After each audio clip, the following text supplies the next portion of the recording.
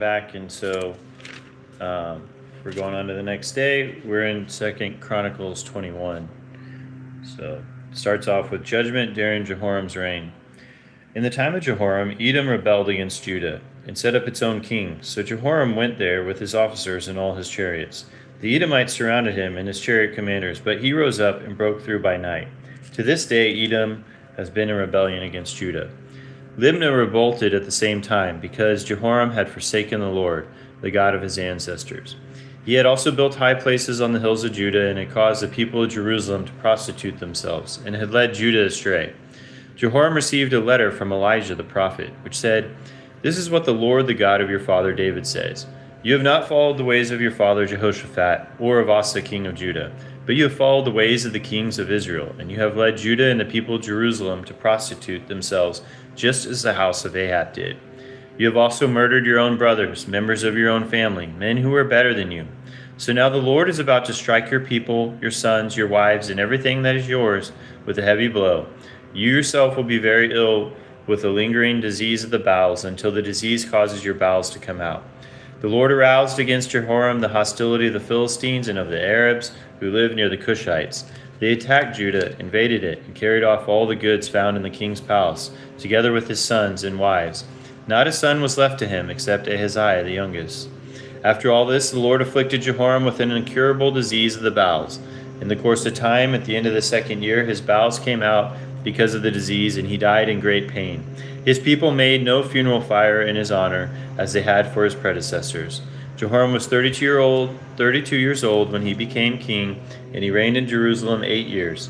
He passed away to no one's regret and was buried in the city of David, but not in the tombs of the kings. As for the other events of Jehoram's reign, and all he did, are they not written in the book of the annals of the kings of Judah? Jehoram rested with his ancestors and was buried with them in the city of David, and Ahaziah his son succeeded him as king. In the 12th year of Joram, son of Ahab, king of Israel, Ahaziah, son of Jehoram, king of Judah, began to reign. Ahaziah was 22 years old when he became king, and he reigned in Jerusalem 1 year. His mother's name was Athaliah, a granddaughter of Omri, king of Israel. He followed the ways of the house of Ahab and did evil in the eyes of the Lord, as the house of Ahab had done, for he was related by marriage to Ahab's family. Ahaziah went with Joram, son of Ahab, to war against Hazael, king of Aram, at Ramoth-Gilead. The Arameans wounded Joram. So King Joram returned to Jezreel to recover from the wounds the Arameans had inflicted on him at Ramoth in his battle with Hazael, king of Aram. Then Ahaziah, son of Jehoram, king of Judah, went down to Jezreel to see Joram, son of Ahab, because he had been wounded. The people of Jerusalem made Ahaziah, Jehoram's youngest son, king in his place, since the raiders who came with the Arabs into the camp had killed all the older sons. So Ahaziah, son of Jehoram, king of Judah, began to reign. Ahaziah was 22 years old when he became king, and he reigned in Jerusalem 1 year. His mother's name was Athaliah, and a granddaughter of Omri. He too followed the ways of the house of Ahab, for his mother encouraged him to act wickedly. He did evil in the eyes of the Lord, as the house of Ahab had done. For after his father's death, they became his advisers to his undoing. He also followed their counsel when he went with Joram, son of Ahab, king of Israel, to wage war against Hazael, king of Aram, at Ramoth-Gilead. The Arameans wounded Joram, so he returned to Jezreel to recover from the wounds they had inflicted on him at Ramoth in his battle with Hazael, king of Aram. Then Ahaziah, son of Jehoram, king of Judah, went down to Jezreel to see Joram, son of Ahab, because he had been wounded. Through Ahaziah's visit to Joram, God brought about Ahaziah's downfall. When Ahaziah arrived, he went out with Joram to meet Jehu, son of Nimshi, whom the Lord had anointed to destroy the house of Ahab.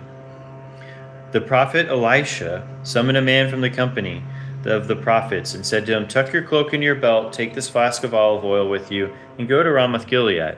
When you get there, look for Jehu, son of Jehoshaphat, the son of Nimshi. Go to him, get him away from his companions, and take him into an inner room. Then take the flask and pour the oil on his head and declare, 'This is what the Lord says. I anoint you king over Israel.' Then open the door and run away. Don't delay." So the young prophet went to Ramoth-Gilead. When he arrived, he found the army officers sitting together. "I have a message for you, commander," he said. "For which of us?" asked Jehu. "For you, commander," he replied. Jehu got up and went into the house. Then the prophet poured the oil on Jehu's head and declared, "This is what the Lord, the God of Israel, says. I anoint you king over the Lord's people Israel. You're to destroy the house of Ahab your master, and I will avenge the blood of my servants the prophets, and the blood of all the Lord's servants shed by Jezebel. The whole house of Ahab will perish. I will cut off from the Ahab every last male in Israel, slave or free. I will make the house of Ahab like the house of Jeroboam, son of Nebat, and like the house of Baasha, son of Ahijah. As for Jezebel, dogs will devour her on the plot of ground at Jezreel, and no one will bury her. Then he opened the door and ran. When Jehu went out to his fellow officers, one of them asked him, "Is everything all right? Why did this maniac come to you?"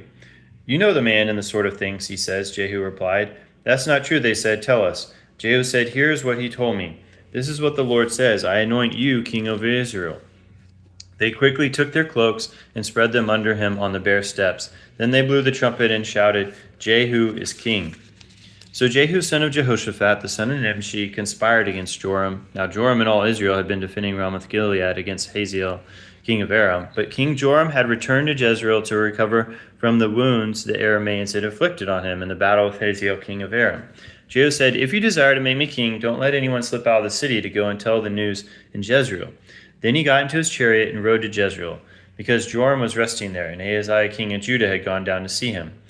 When the lookout standing on the tower in Jezreel saw Jehu's troops approaching, he called out, "I see some troops coming." "Get a horseman," Joram ordered. "Send him to meet them and ask, 'Do you come in peace?'" The horseman rode off to meet Jehu and said, "This is what the king says. Do you come in peace?" "What do you have to do with peace?" Jehu replied. "Fall in behind me." The lookout reported, "The messenger has reached, but he isn't coming back." So the king sent out a second horseman. When he came to them, he said, "This is what the king says. Do you come in peace?"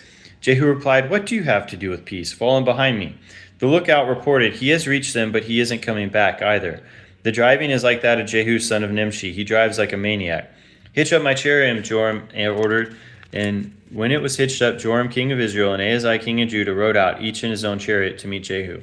They met him at the plot of ground that had belonged to Naboth the Jezreelite. When Joram saw Jehu, he asked, "Have you come in peace, Jehu?" "How can there be peace," Jehu replied, "as long as all the idolatry and witchcraft of your mother Jezebel abound?" Joram turned about and fled, calling out to Ahaziah, "Treachery, Ahaziah!" Then Jehu drew his bow and shot Joram between the shoulders. The arrow pierced his heart, and he slipped down in his chariot. Jehu said to Bidkar, his chariot officer, "Pick him up and throw him on the field that belonged to Naboth the Jezreelite.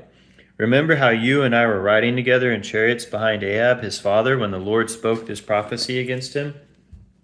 Yesterday I saw the blood of Naboth and the blood of his sons, declares the Lord, and I will surely make you pay for it on this plot of ground, declares the Lord. Now then pick him up and throw him on that plot in accordance with the word of the Lord." When Ahaziah, king of Judah, saw what had happened, he fled up the road to Beth-Hagan. Jehu chased him, shouting, "Kill him too." They wounded him in his chariot on the way up to Gur near Ibleam. But he escaped to Megiddo and died there. His servants took him by chariot to Jerusalem and buried him with his ancestors in his tomb in the city of David. In the 11th year of Joram, son of Ahab, Ahaziah had become king of Judah. Then Jehu went to Jezreel. When Jezebel heard about it, she put on eye makeup, arranged her hair, and looked out of a window. As Jehu entered the gate, she asked, "Have you come in peace, you Zimri, you murderer of your master?"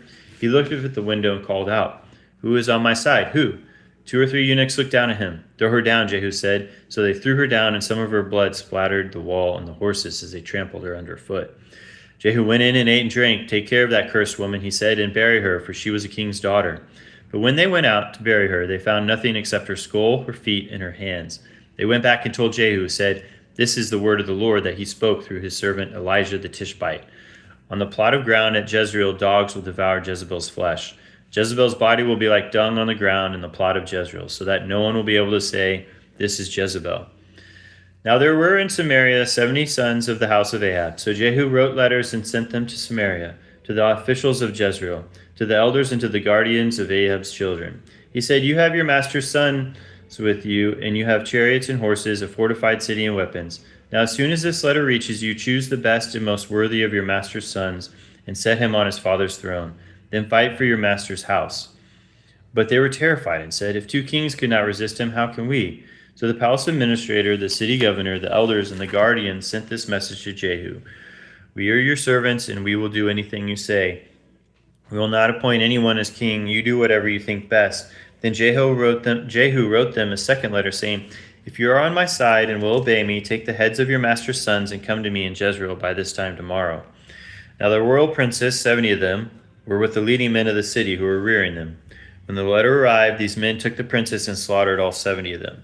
They put their heads in baskets and sent them to Jehu in Jezreel.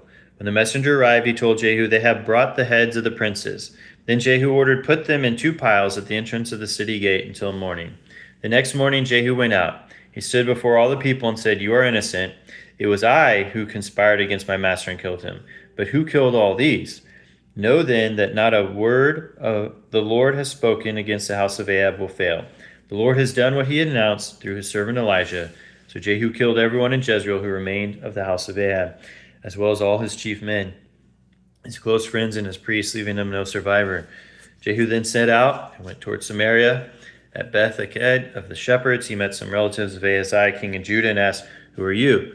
They said, "We are relatives of Ahaziah, and we have come down to greet the families of the king and of the queen mother. Take them alive," he ordered. So they took them alive and slaughtered them by the well of Beth-eked, 42 of them. He left no survivor. After he left there, he came upon Jehonadab, son of Rechab, who was on his way to meet him. Jehu greeted him and said, "Are you in accord with me as I am with you?" "I am," Jehonadab answered. "If so," said Jehu, "give me your hand."